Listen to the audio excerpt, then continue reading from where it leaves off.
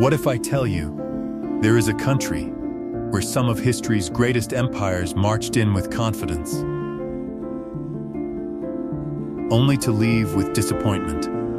A land that witnessed the armies of Alexander the Great, the Mongols, the British Empire, the Soviet Union, and the United States. Each believed they could shape Afghanistan in their own image.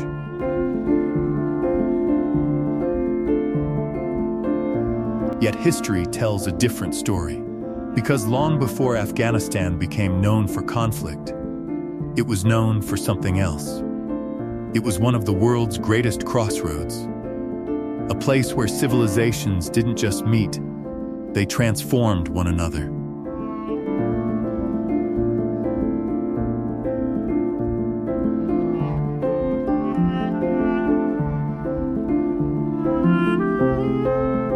Ancient traders crossed its valleys. Scholars carried knowledge through its mountain passes. Kings fought to control it. Empires depended on it. So, why has this land always been so important? Why has Afghanistan attracted the attention of powerful civilizations for more than 2,000 years? And why has no empire ever found it easy to control? The answer begins, not with war, but with geography.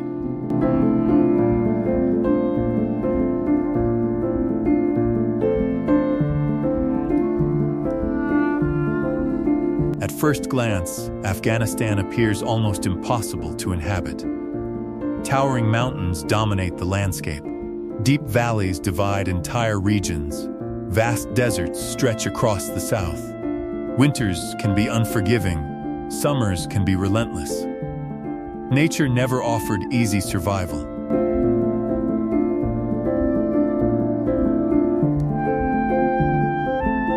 Yet hidden within these mountains lay one of history's greatest advantages. Location: Afghanistan stood at the meeting point of Central Asia, South Asia, the Middle East, and China. It wasn't at the edge of the ancient world, it stood at its center. Every caravan carrying silk, spices, precious stones, or ideas eventually crossed these rugged lands. The Silk Road wasn't a single road.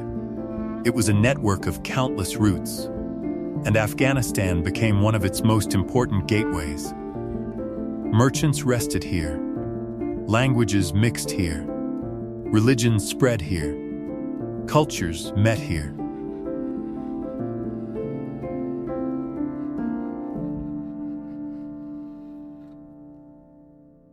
Sometimes a nation's greatest resource isn't hidden beneath its soil, it's the place where it's built. But here's where the story becomes truly remarkable. Afghanistan wasn't simply a road between civilizations. It became a civilization of its own. More than 2,000 years ago, after the campaigns of Alexander the Great, Greek influence reached these mountains. Instead of disappearing, it blended with local traditions.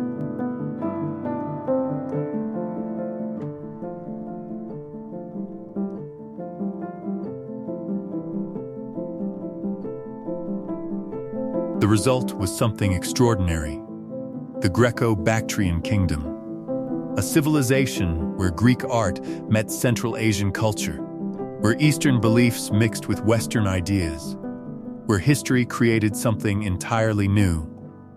Few places on Earth experienced such a remarkable fusion of civilizations. And Afghanistan was one of them. Centuries later, another transformation arrived. Buddhism spread across these valleys. Monasteries appeared high among the cliffs. Pilgrims traveled enormous distances to reach this land. Then, in the Bamyan Valley, artisans began carving two colossal statues directly into the mountains. The Buddhas of Bamyan. Standing for centuries, they became symbols of a land where faith, trade, and culture lived side by side. Travelers crossing Asia describe them with awe. Even today, though the statues themselves are gone, the cliffs still remind the world that Afghanistan was once one of the greatest centers of Buddhist civilization. History often remembers how monuments disappear. It sometimes forgets why they were built. But Afghanistan's greatest strength was also its greatest curse. Because the same mountain passes that welcomed merchants also invited armies. And soon, one empire after another would arrive believing it could conquer the unconquerable. None of them truly understood the land they had entered. And that misunderstanding would shape the next 2,000 years of history.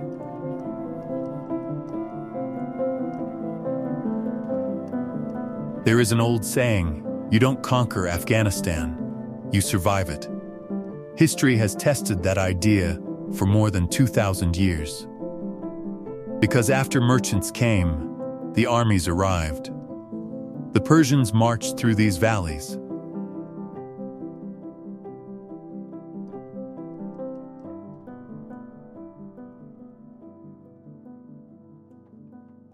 Then, Alexander the Great crossed the towering Hindu Kush, believing another victory awaited him. His armies captured cities, won battles, and raised their banners across the region. But controlling the land turned out to be far more difficult than conquering it. The mountains separated communities.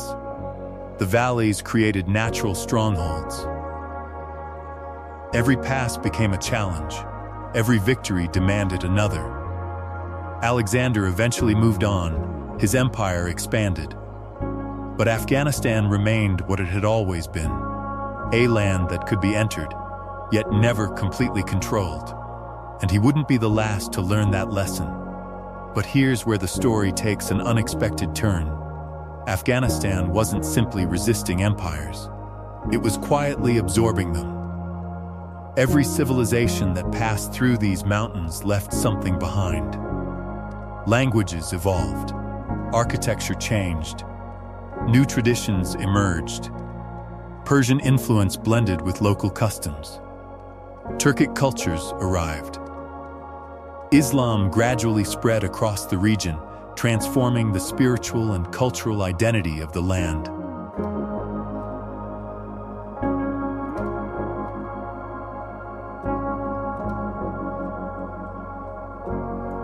Cities such as Herat, Balkh, and Ghazni became centers of learning, poetry, and commerce. Scholars debated philosophy. Scientists studied astronomy. Libraries preserved knowledge from distant civilizations. For centuries, Afghanistan wasn't known as a battlefield. It was known as a meeting place of ideas. Sometimes, history remembers the wars and forgets the wisdom that existed between them. But every crossroads faces the same danger. The more valuable the location, the more people will try to control it. And Afghanistan was about to become the prize of yet another empire. Centuries passed. New powers emerged. Among them was the Mongol Empire.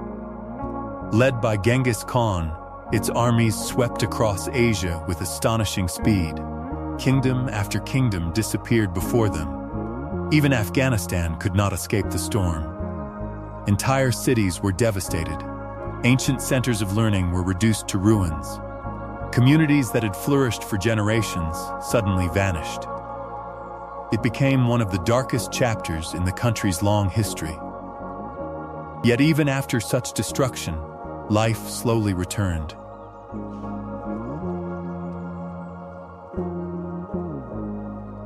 Markets reopened. Families rebuilt their homes. Trade found its way back through the mountain passes. Afghanistan had been wounded, but not erased. Then came another chapter, one that changed the balance of power across the region. In the 19th century, two global empires began competing for influence in Central Asia. The British Empire advanced from the Indian subcontinent. The Russian Empire expanded from the north. Between them stood Afghanistan.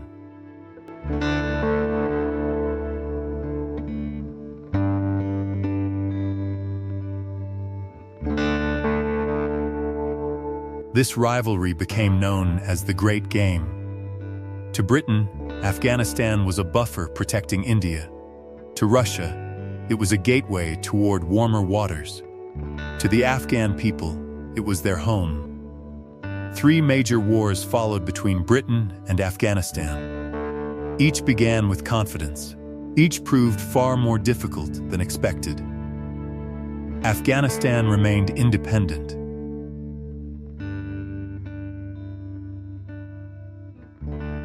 Not because it possessed the largest army, but because geography, local resistance, and determination made long-term control extraordinarily difficult. History repeated the same lesson once again, but the greatest challenge Afghanistan would ever face was still centuries away. And this time, the entire world would be watching. The 20th century brought rapid change. Roads were built, schools expanded. Modern reforms began reshaping parts of the country. There were hopes that Afghanistan could connect its ancient heritage with a modern future. But change rarely happens without resistance. Political instability followed. Foreign intervention increased. Decades of conflict transformed everyday life. Millions were displaced. Ancient cities suffered. Generations grew up knowing more about survival than peace. For many people around the world, this became the only image they associated with Afghanistan. But that image tells only one chapter of a much longer story. Walk through the old streets of Herat, and you'll still find breathtaking Islamic architecture. Stand in the valleys of Bamyan, and the empty cliffs continue telling the story of a civilization that once welcomed pilgrims from across Asia. Travel through the Wakhan corridor, and you'll witness landscapes so untouched, they seem to belong to another age. Visit the mountains, and you'll meet communities whose traditions have survived for centuries. Because Afghanistan is far more than the conflicts shown in headlines. It is a country of poets, carpet weavers, ancient fortresses, snow-covered peaks, and civilizations that helped connect half the known world.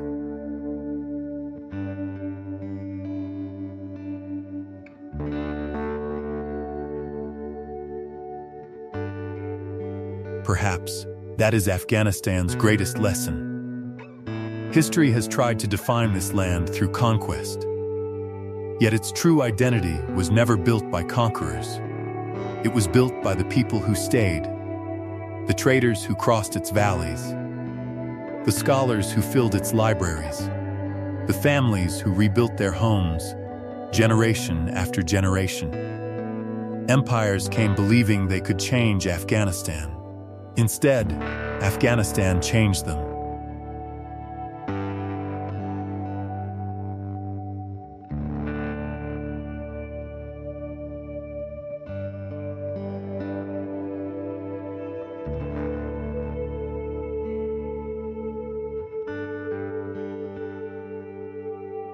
Because some places are too ancient, too resilient, and too deeply rooted in history to ever be fully conquered.